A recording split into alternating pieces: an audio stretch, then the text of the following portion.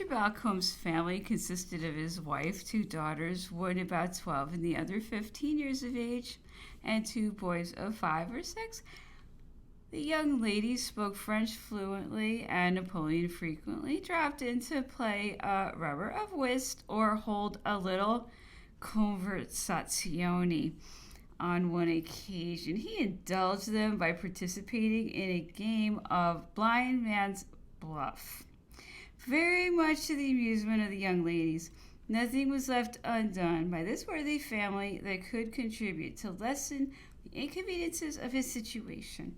A captain of artillery resided at the Briars as orderly officer, and at first a sergeant, and some soldiers were also stationed there as an additional security.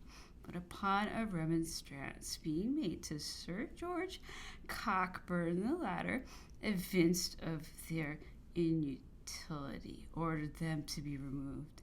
Counts Bertrand and Monttalon, with their respective ladies and children, General Gourgaud and myself, lived together at Mr. Porteus's, where suitable table in the French style was provided by Mr. Balcombe. When, say, of them were desirous of paying a visit to the Briars or of going out of the town elsewhere, no further restriction was imposed upon them than causing them to be accompanied by myself or by some other British officer or followed by a soldier. In this manner they were permitted to visit any part of the island they pleased, except the forts and batteries. They were visited by Colonel and Mrs. Wilkes, Lieutenant Governor, and Mrs. Skelton, the members of council, and by most of the respectable inhabitants and officers, both military and naval, belonging to the garrison and squadron, and by their wives and families. Little evening parties were occasionally given by the French to their visitors, and matters were managed in such a manner that there was not much appearance of constraint.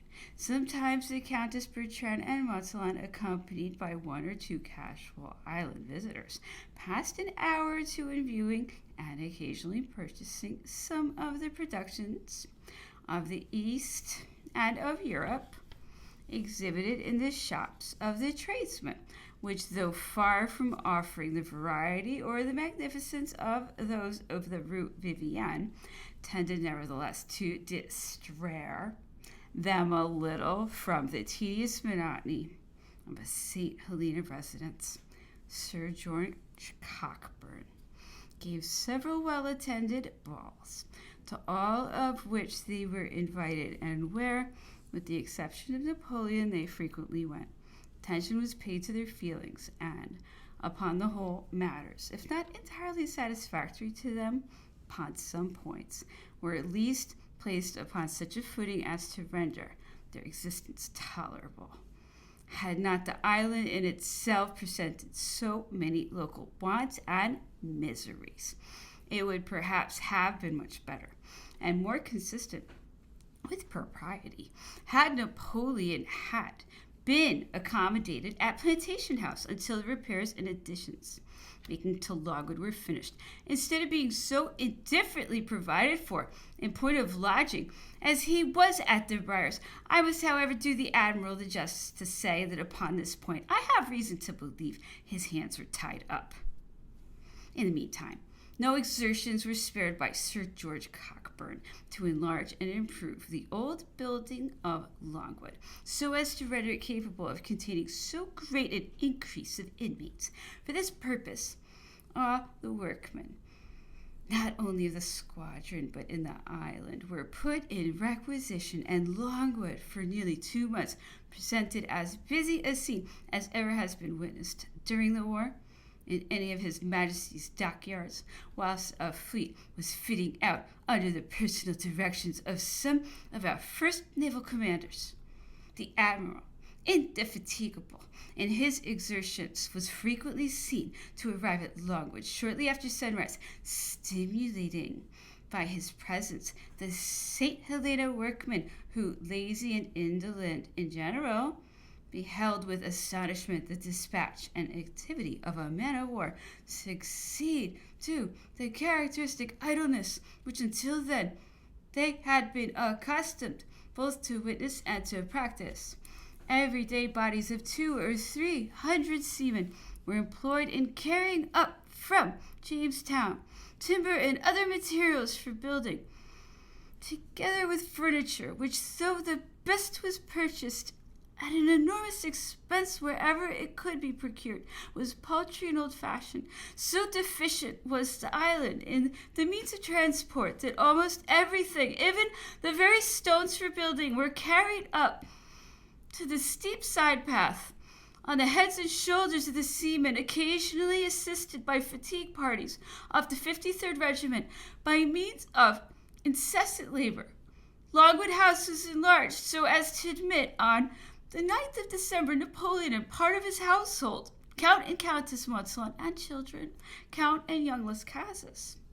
Napoleon himself had a small, narrow bedroom on the ground floor, a writing room of the same dimensions, and a sort of small antechamber in which a bath was put up. The writing room opened into a dark and low apartment, which was converted into a dining room. The opposite wing consisted of a bedroom larger than that of Napoleon's, which, with an antechamber and closet, formed the accommodation for Count and Countess Montsalon and son. From the dining room, a door led to a drawing room, about 18 feet by 15. In prolongation of this, one longer, much higher and more airy, was built of wood by Sir George Cockburn, with 3 windows in each side, and a veranda leading to the garden. This, although it labored under the inconvenience of becoming intolerably hot towards the evening, whenever the sun shone forth in tropical splendor by the rays penetrating the woods of which it was composed, was the only good room in the building. Las Casas had a room next to the kitchen, which had formerly been occupied by some of Colonel Skelton's servants, through the ceiling of which an opening was cut so as to admit a very narrow stair, which led to a sort of cockloft above, where his son reposed. The garrets over the old building were floored and converted into apartments for Marchand Cipriani, Saint-Denis, Josephine, etc. From the sloping structure of the roof, it was impossible to stand upright in those garrets, unless in the center, and the sun penetrating through the slating rendered them occasionally insupportably hot. Additional rooms were constructing for them, and for General Gourgaud, the orderly officer, and myself, who, in the meantime, were accommodated with tents, Lieutenant Blood and Mr. Cooper, carpenter of the Northumberland, with several artificers from the ship, also resided on the premises. The 2 former under an old studding sail, which had been converted into a tent. A very liberal table, considering St. Helena, was found by orders of Sir George Cockburn for the orderly officers and myself. Count and Countess Bertrand and family were lodged in a little house at Hud's Gate, about a mile from Longwood, which, though comfortable, was nevertheless hired at their own request, and was the only one which could be procured at a moderate rate in the neighborhood, as it was found impossible to accommodate them at Longwood until a new house, the foundation of which was immediately laid down by Sir George Cockburn, could be finished. During the time that Napoleon resided at the Briars, I kept no regular journal, and consequently can give only a brief outline of what took place. His time was occupied principally in dictating to Las Casas and his son, or to Counts Bertrand, Montsalon, and Gourgaud, some of whom daily visited him. He occasionally received some visitors who came to pay their respects to him on the lawn before the house, and in a few instances, some who had received that permission were presented to him when at Mr. Balcomb's in the evening. During the whole time he was there, he never left the grounds but once, when he strolled down to the little residence of Major Hodson in the St. Helena Regiment, where he conversed with the Major and Mrs. Hodson for half an hour, taking great notice of their children, who were extremely handsome. He frequently, however, walked for hours in the shady paths and shrubberies of the briars, where care was taken to prevent his being intruded upon. During one of these walks, he stopped and pointed out to me the frightful precipices which environed us, and said, "Behold your country's generosity. This is their liberality to the unfortunate man, who, blindly relying on what he so falsely imagined to be their national character, in an evil hour unsuspectingly confided himself to them. I once thought that you were free. I now see that your ministers laugh at your laws, which are like those of other nations, formed only to oppress the defenseless and screen the powerful whenever your government has any object in view." At another time, he discovered through the interpretation of Las Casas that an old Malay, who was hired by Mr. Balcom as gardener, had been entrapped from his native place on board of an English ship several years before, brought to St. Helena, smuggled on shore illegally, sold for a slave, let out to whoever would hire him, and his earnings chiefly appropriated to his master. This he communicated to the admiral, who immediately set on foot an inquiry. The probable result would have been the emancipation of poor Toby, had the admiral remained in command.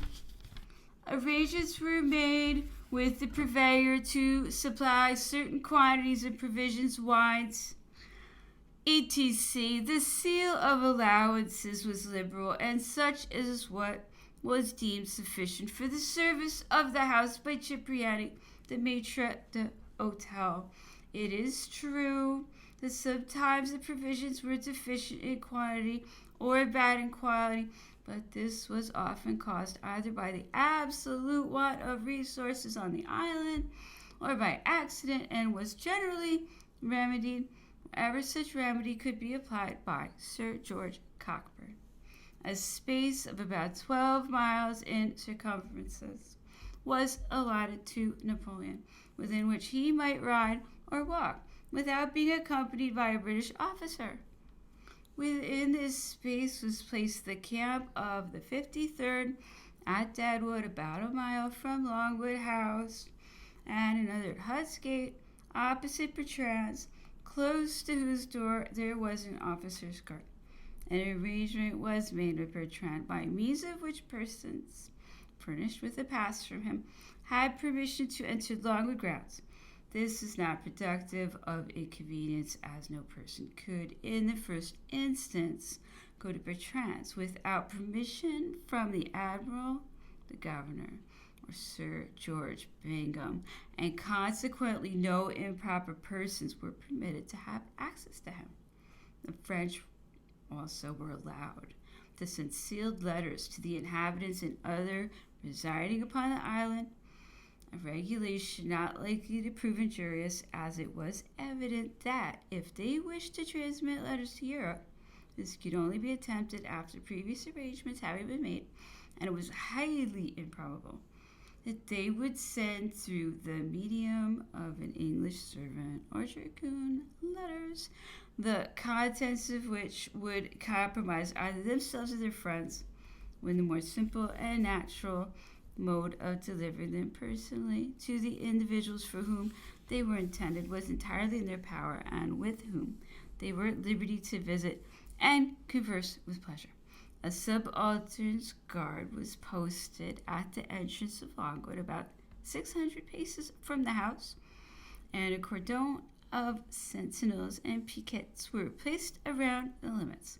At 9 o'clock, the sentinels were drawn in and stationed in communication with each other, surrounding the house in such positions that no person could come in or go out without being seen and scrutinized by them.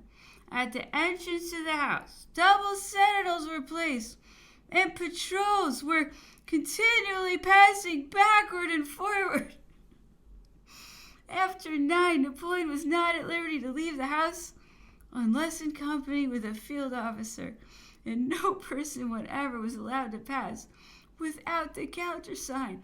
This state of affairs continued until daylight in the morning, every landing place in the island, and indeed every place which presented the semblance of one, was furnished with a piquet, and sentinels were even placed upon every goat path leading to the sea, though in truth the obstacles presented by nature in almost all the paths in that direction would of themselves have proved insurmountable to so unwieldy a person as Napoleon. From the various signal posts on the island, ships are frequently discovered at 24 leagues distance, and always long before they can approach the shore. 2 ships of war continually cruised, one to windward and the other to leeward, to whom signals were made as soon as a vessel was discovered from the posts on shore. Every ship, except a British man-of-war, was accompanied down to the road by one of the cruisers, who remained with her until she was either permitted to anchor or was sent away. No foreign vessels were allowed to anchor unless under circumstances of great distress, in which case no person from them was permitted to land, and an officer and party from one of the ships of war was sent on board to take charge of them as long as they remained, as well as in order to prevent any improper communication. Every fishing boat belonging to the island was numbered and anchored every evening at sunset under the superintendence of a lieutenant in the Navy. No boats, excepting guard boats from the ships of war which pulled about the island all night, were allowed to be down after sunset. The orderly officer was also instructed to ascertain the actual presence of Napoleon twice in the 24 hours, which was done with as much delicacy as possible. In fact, every human precaution to prevent escape, short of actually incarcerating him or enchaining him, was adopted by Sir George Cockburn.